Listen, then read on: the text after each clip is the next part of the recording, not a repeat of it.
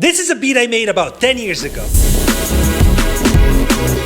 This is me 5 years ago, posting my first beat on Instagram.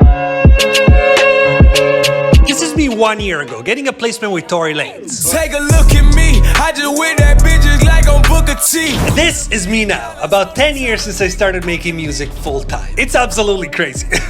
In this video I condensed 10 of the most important things that I've learned along the way, and I'm gonna try to pass them on to you in about 10 minutes. Maybe a little more than 10 minutes, I don't know, but it just sounded so good in the title, I'm gonna leave it there. Dude, I wish I had this video when I started 10 years ago. It would have helped me skip so many steps. Alright, let's go. Number 1. Define your path. Most of us here watching this video are probably trying to make a living with music one way or another. I know that feeling really well. Maybe you have a job that you don't like, or maybe you're still going to school for something that you don't really even care about that much. All you know is that you want to make music all day, and the thought of getting paid for it just sounds perfect. But the reality is that there are a million different ways to make money with music, and depending on how you shape the path in front of you, you could end up with a bunch of different options. Really defining what I wanted my life to be, beyond just I want to make a living with music, but getting into it in detail, is something that I didn't do for a very long time and led to a bunch of wasted energy and just a lot of wasted time. This is how you do this. You grab a piece of paper and you start thinking about what you want your life to look like 5 years from now. Literally, in detail, your daily routine. You write down what time do you wake up, what's the first thing you want to do as soon as you're out of the bed, then what happens? Do you picture yourself in the studio spending a bunch of time working with artists? Or maybe you imagine having your own space and making loops or video content like I do? Or maybe you don't even want to be in the studio at all. You want to be on stages, being a DJ or an artist, whatever you want to do. The answer doesn't matter. We're each gonna have our own, but that's the question you need to be asking yourself. Once you've done that, think about it for a bit and write it down hour by hour. Literally write down a daily routine 5 years from now. This is now gonna be your North Star, the light at the end of the tunnel. Now that you've done this, you only have one job, and it's relatively simple. You need to reverse engineer your life now and see which steps you need to take to get to what you wrote down on the paper. Any opportunity that comes your way, any idea to start something new, ask yourself one question. Does it get me closer to this or further away? That's it. That's all you need to do. Only take steps that get you closer to your vision, and then everything else, just say no. There's nothing wrong with saying no. If you don't do this, you might find yourself that you're technically making a living with music, you found a way to make money, but you still hate your life. You still wake up every morning and you have to do stuff that you don't want to do. And that's literally the one thing we were trying to avoid from the beginning, so yeah. Real quick before we go to the next point, I wanted to let you guys know we just released a free drill melody pack on ripspeakers.com. If you haven't checked it out yet, go do it. It's awesome. You guys probably caught up by now, but we're releasing packs every single week. Some of them are free, some of them are paid, some of them are bigger, some of them are smaller. We want you guys to have endless sounds, just unlimited sounds, so you never run out of stuff to try out. Anyway, go get the pack. Next point. Number 2, your DAW is your instrument, so practice it daily. This is something that is extremely normal for traditional musicians, but that producers often don't think about. If you want to become a guitar player, what do? You sit there with your instrument every single day, practicing your chords, your scales, literally for hours on end. It's definitely not glamorous, and it's not even that musical or inspiring or anything like that. You turn on your metronome, you pick a scale, and then you just start playing that scale up and down the neck, just slowly speeding up the tempo as soon as you get comfortable with where you're at. It's really boring, and there's not much music in that, but it's something that is just necessary. It's a necessary step to get good at an instrument. This applies to producers as well. Just instead of a guitar, we have a DAW. There is absolutely nothing wrong with spending an entire day learning how to design a snare sound or how to apply EQ and compression correctly. These are our guitar skills. These are our boring tasks that we need to get good at in order to then make better music. Just try this. Open your DAW, Ableton FL, whatever you use, set a tempo that you like, and then just start making something new. Try to make something with the intention of learning a new thing, even a small one that you didn't know before. This could be a new effect, a new genre, a new type of instrument, a new tempo, a new pattern, whatever it is. It doesn't matter as long as you're learning something new. You're not trying to put it out, you're not trying to sell it, you're not even trying to finish it. You are just practicing your instrument. I think this is really important. Number 3, learn by copying others. I've said this in videos in the past and I still stand by it. There's no such thing as new music. That sounds a little extreme. Let me explain it a little better. Okay, so we have 2 artists, Artist A and Artist B. You love their music and you just started making music yourself. What do? You start making music that kind of sounds like them. That is totally normal. That's what we all did. Of course, you try a few times, and because you just started, it doesn't really sound as good as them, but you keep trying, you keep breaking down their style, and you're like, okay, what does Artist A do? he uses this kind of instruments, he uses this kind of drums, he uses this kind of patterns, whatever. You start learning their style and you start sort of copying it to really understand it. Now you move on to artist B and you start doing the same exact thing. You break their music apart like little by little and you understand the building blocks that got them to that point. Cool, now take this process and apply it to like 10, 20, 50 more artists that you just go through over time. The more you listen to new stuff and the more you try to analyze it, break it down and copy it, the better you're gonna get at defining your own style. Like I said at the beginning of this point, there's no such thing as new music. Everything is just a melting pot of recycled stuff you just grab from all over the place, and that is a unique combination that is unique to you. No two people in the world can possibly have the same exact influences, the same life experiences, the same approach to stuff. Your music is going to be unique by default because it's made by you and there's only one of you. All of this to say that making unique music shouldn't really be something that you set out to do. Just listen to the stuff that you like, break it down and understand it, and then make whatever comes out. That thing that you make that comes out is going to be uniquely yours. It's going to be a combination of everything that you put together over the years. I feel like at this point I say this in like every video. There's no such thing as new music. Everything is recycled. And I think that's an awesome thing because culture is not something that comes from one person, but culture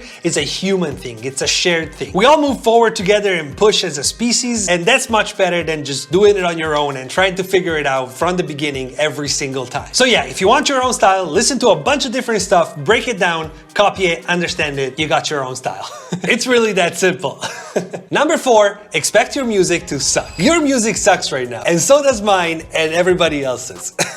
It sounds really harsh when I put it like that, but what I'm trying to say is that we are all progressing and getting better every single day. Look, I'm proud of the music that I make now. I'm happy to put it out there. I'm happy to show it to people. I love it. But I also know for a fact that 2 years, 1 year, or even 6 months from now, I'm gonna look back to the music that I'm making now and I'm gonna think it's terrible. I'm gonna absolutely hate it. And the reason why is because I will be a much better producer, just because some time has gone by. This doesn't mean that you shouldn't get excited or you shouldn't enjoy what you're making. Absolutely not. You should love the music that you make. This just means that there should always be a voice in the back of your head reminding you that this version of you as a producer, it's crap compared to you in 6 months, a year, 2 years, and so on. In music, but honestly kind of with everything, you never really arrive. It's always just a constant progression and you just keep getting better and better. No matter if you're a beginner, an advanced producer, or Timbaland or Pharrell, they're in the same boat. So moral of the story, never settle and just think that you're the best producer in the world. You'll still suck at music, and so does everybody else.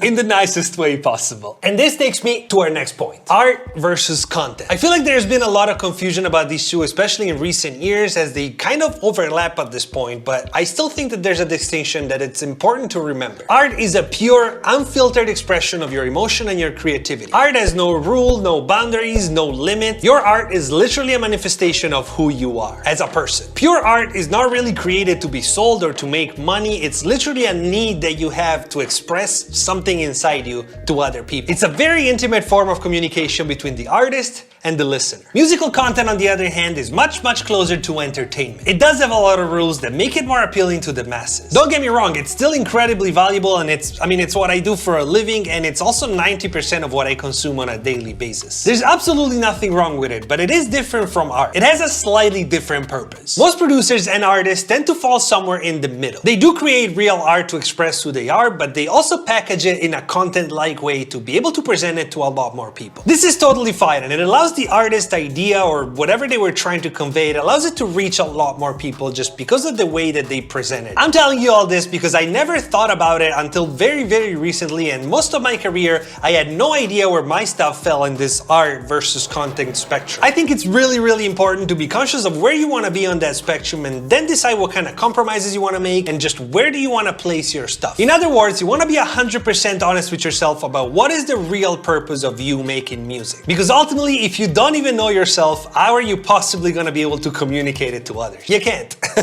Number 6, you guys are gonna love this one. Selling beats is not oversaturated. Here's the thing about selling beats or really doing anything online. When somebody finds a way to do something that works, everybody starts doing the same exact thing. Everybody starts copying it exactly the same. At first it was putting free in the beat titles with the little brackets, then it was using cartoons like Bart sipping on lean or something like that. Then it was funnels or whatever else. All of these things did work and do work for a group of people, but only because they were the first ones to do it. Then everyone followed and made an exact copy and it stopped working. Think about it like like this. You live in a small town and there's an amazing pizza place right down the street. Everybody goes there every single day. The pizza's amazing. Everything's great. Their business is thriving. Then another person looks at that pizza place and they're like, ooh, that's working. I'm gonna open another pizza place with a very, very similar logo, same style of pizza, same style of everything right next to it. And then another one does it on the other side. And then another one does it in front of them. Now there are 4 pizza places on the same block with the same logo, with the same pizza.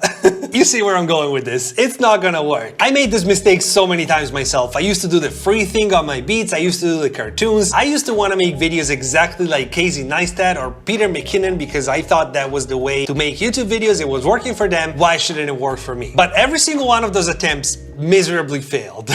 Until I realized that I had to build my own thing. I had to build my own strategy, my own lane, that it was just mine. It doesn't have to be something crazy or completely new. It's obviously going to be inspired by all the people and all the stuff that you like, but it's going to have something that is yours. It's going to differentiate you from everybody else, and ultimately it's going to make you stand out. If you can figure out how to do that, even a little bit, even to a certain extent, I promise you, you're going to have a successful and long-lasting career. 100%. All right, number 7, set boundary. There is nothing more terrifying than opening your DAW and it's just a blank slate. There is nothing on it and you have endless possibilities. I have nightmares about this at night.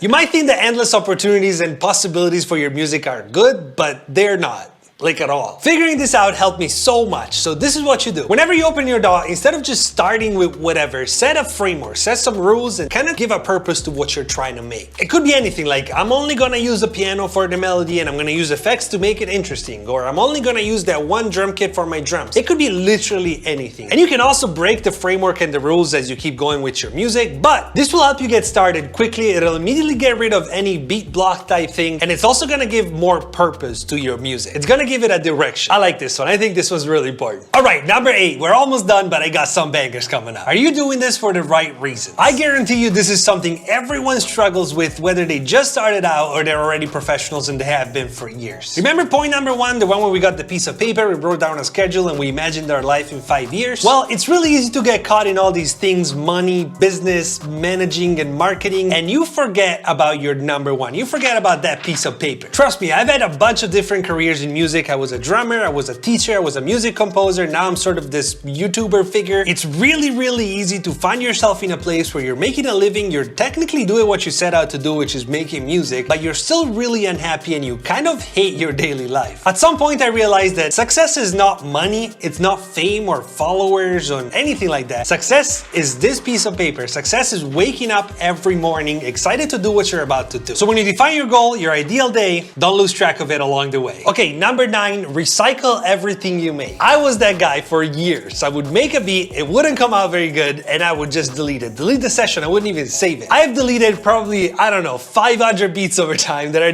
they're just gone. I didn't keep any of that. That was a mistake, and I had to learn it the hard way.